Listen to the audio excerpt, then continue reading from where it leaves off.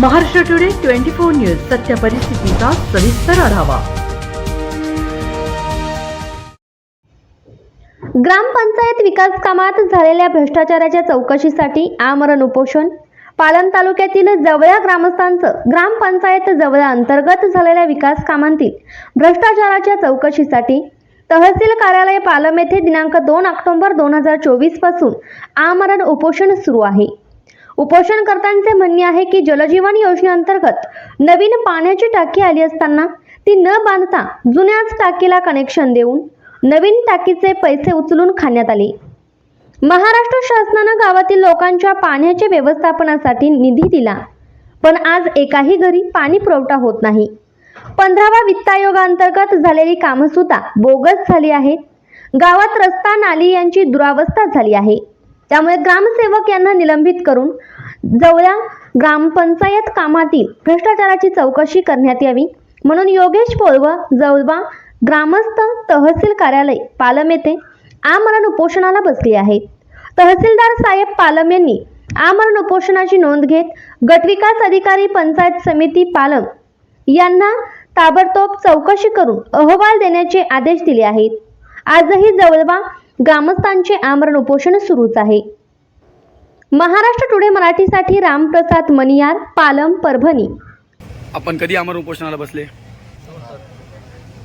2 तारखेला। का आपल्या मागण्या, मुख्य मागण्या काय आहेत आपल्याला उपोषणा बसण्याचं कारण? ग्रामपंचायतीमध्ये भ्रष्टाचार चौकशी करून ग्रामसेवक यांना निलंबित करण्यात यावी आणि जल जीवन मिशन या योजनेची सर्व चौकशी करून दोषीवर कारवाई करण्यात यावी। बरं, आपली जी मागणी आहे की ग्रामपंचायत अंतर्गत जो काही भ्रष्टाचार झाला आहे त्याची चौकशी करून कारवाई करण्यात यावी व ग्रामसेवक यांना निलंबित करण्यात यावे, तर मग ग्रामपंचायत अंतर्गत कुठला भ्रष्टाचार झालेला आहे? ग्रामपंचायतमध्ये जे 15 वित्त आयोगाच्या जे काही निधी आलेला आहे ते निधी नाली पाण्याची सोय नाही, गावामध्ये नाल्या तशाच आहेत, वीज लाईटची सोय नाही, हे कोणती सोय नाही आणि ते परस्पर त्याचा काय विल्हेवाट लागली ती काही माहिती नाही, पण गावामध्ये ते वापर करण्यात आला नाही। बरं, मग आज तुम्ही ज्या उपोषणाला बसलेत तर मग गावामध्ये काय कुठल्या सोयी सुविधा नाहीत असं म्हणून बसलेत, कारण नेमकं असं तुम्हाला का जाणवतंय की बा गावामध्ये असा प्रकारचा असा सगळा हा भ्रष्टाचार तुम्हाला का जाणवतोय? आम्हाला पाण्याची सुविधा नसल्यामुळे आम्हाला विकत पाणी घ्यावं लागतं, ह्याच्यामुळे आम्हाला ते जाणवतं। म्हणजे आजही जनजीवन योजनेची अंमलबजावणी झाल्यानंतरही गावाला पाणी पुरवठा सुरळीत सुरू झालेला नाही। काही लोकांना तरी पाणी येते का गावात? काहीच लोकांना नाही, जे येते त्याला फिल्टरचं स्वतःचं विकत घेतात वैयक्तिक त्याला। म्हणजे गावात जी काही जीवन अंतर्गत जी काही पाणी पुरवठा आले त्याची कुठलीही अंमलबजावणी नाही।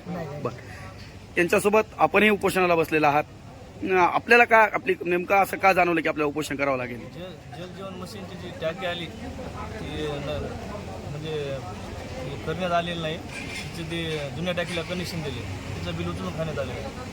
म्हणजे जलजीवन अंतर्गत जी काही पाण्याची नवीन टाकी बांधायला पाहिजे होती ती टाकीची न बांधता जुन्या टाकीलाच नवीन नळाचे कनेक्शन देण्यात आले आणि नवीन टाकीचं बिल उचलण्यात आलं, असं आपलं म्हणणं आहे। महाराष्ट्र टुडे 24 न्यूज यांनी तहसील कार्यालय पालम या ठिकाणी जवळा ग्रामस्थ आमरण उपोषणाला बसले आहे। तर त्यांची काही फलकाकडे आता त्यांच्याशी आपण विचारविमर्श केला। त्यांच्या काही मागण्या आहेत की गावामध्ये गावामध्ये जलजीवन